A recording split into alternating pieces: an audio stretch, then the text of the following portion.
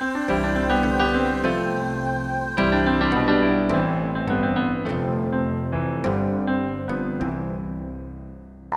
6 years ago, I think it was in the fall of 2004, the region came to us and said, we have this Hispanic congregation in town that is wanting to become disciple. They're wanting a new home. We're the only disciple church in like a 5 or 6 county radius. So we started having that conversation. And I had a few folks who were a little bit wary of that, but mostly we had really strong voices saying this isn't our building, this is God's building. Why on earth would we think it's up to us to say, no, you can't be here? And so that was a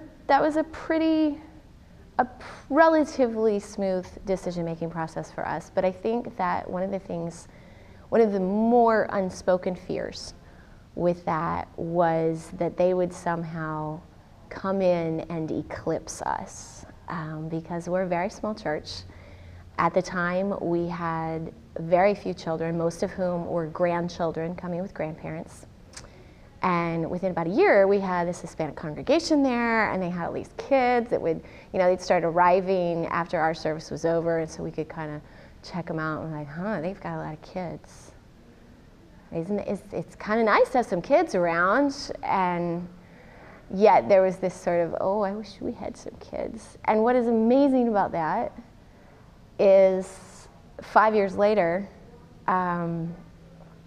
we were in church on Sunday, and our kids don't fit on the steps up front anymore, which is, I just can't even tell you how hilarious that is, how amazing that is. We have this one little girl who, as soon as I call them up for the children's time, she gets up from her pew where she's sitting with her mom toward the back, and she giggles uproariously the whole time she's running up front.